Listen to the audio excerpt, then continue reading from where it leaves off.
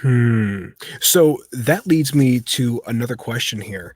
And going through, I'm rereading back through the Bible again, and I just finished up the book of Ezekiel. And I wondered what your take was on this here. And I'll ask the question first, and I'm going to read the passage second and see where you line up on this. But I wonder, is there a connection to Atlantis and then to Tyre and the king of Tyre? Because we have this accounting inside Ezekiel 28 where it seems initially um, God is sort of he's talking about the king of Tyre as though he is just a mere mortal. Like the words are there, you were simply a mortal. But then we jump to verses 11 through 14 and it says, "The word of the Lord came to me, son of man, take up a lament concerning the king of Tyre and say to him, this is what the sovereign Lord says. You were the seal of perfection, full of wisdom and perfect in beauty. You were in Eden, the garden of God. Every precious stone adorned you: carnelian, chrysolite, and emerald, topaz, onyx, and jasper, lapis lazuli, turquoise, and beryl. Your settings and mountings were made of gold. On the day you were created, they were prepared. You were anointed as a guardian cherub." Does the king of I understand this to be, from the rest of the accounting here in Ezekiel, to be Satan himself. But is there any connection between Tyre and Atlantis, being that it's described as being within the heart of the seas?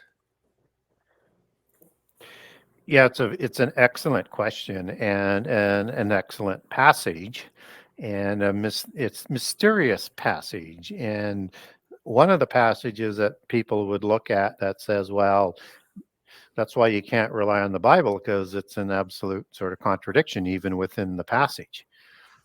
And it's not the case.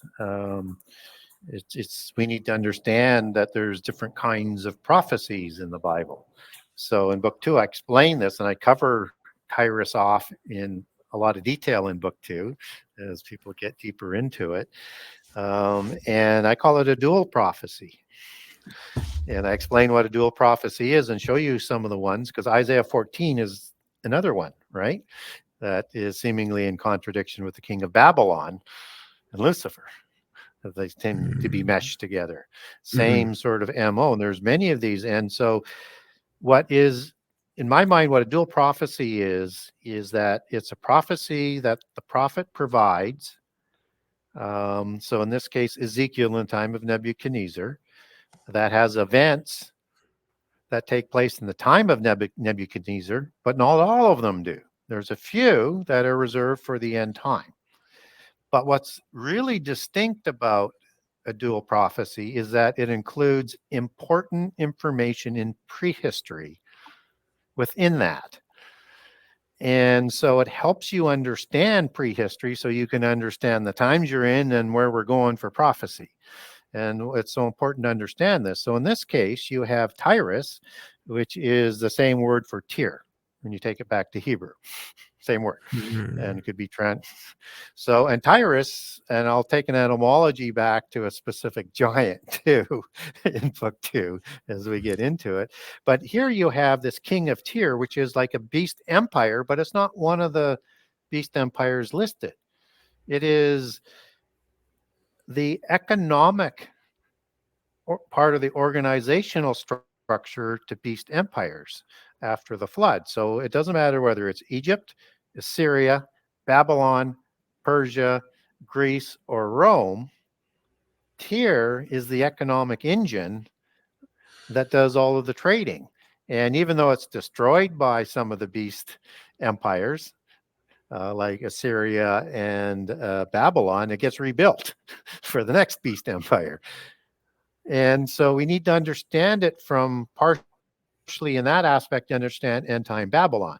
You have two other cities, that are in play in the allegories, one for the religious aspect and one for the violence aspect of it, like Nineveh is the allegory. And I talk about that in brief, but I get this into it in a biblical way in book two in a number of areas. So now as we look at what's going on here is you have an individual that is a Rephaim king and bloodline, a royal as in a king of God, El, Al transliterated, as in Baal, Lord God, as some people like to translate that, and that he is an Antichrist-like figure, as all of the beast empires have Antichrist wannabes, that Michael, I think, fights against to prevent from coming, not the beast empire, but the Antichrist from taking power till the ordained time. And that he somehow is said to have walked amongst the fiery stones and was in heaven. Well, that's not possible, because no demigod has done that. And there won't Hmm. be one until Antichrist storms heaven in the end time, Daniel 8:10.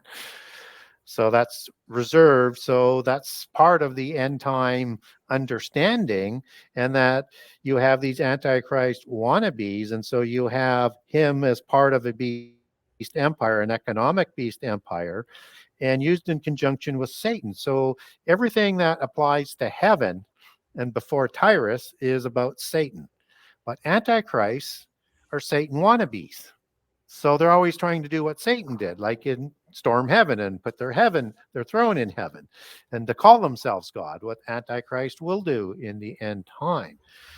So this is a cherubim Satan versus a seraphim Satan, as he's understood as the devil, the dragon, and the serpent in Revelation. And in there you have the seven jewels, or the nine jewels, I'm sorry, and that this represents his priestly nature, and why Jesus, the word becomes Jesus to become Melchizedek as an immortal leader of that priesthood forever, as part of the resolution to the fall of Satan, who was the high priest in his seraphic form, not cherubim form, as talked about in Ezekiel 28.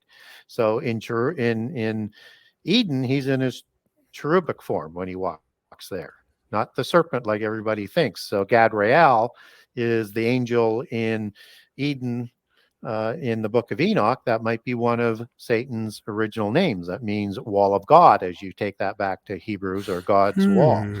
And Interesting.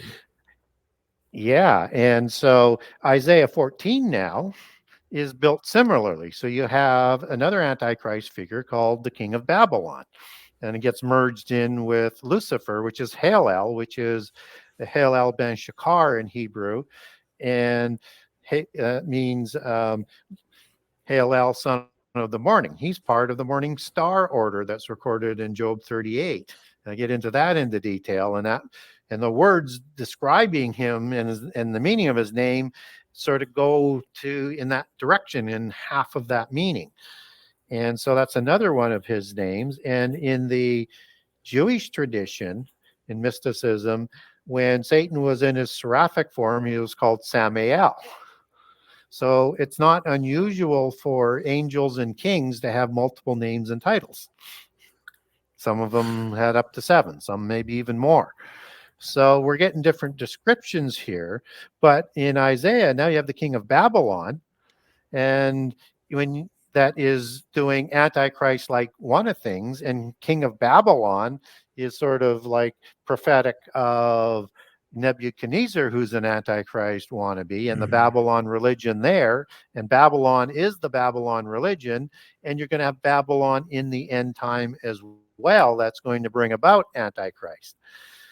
And the word Halel is the derivative source word for the Hebrew word Hellel. So the difference of the spelling is Hellel is Heylel versus Helel.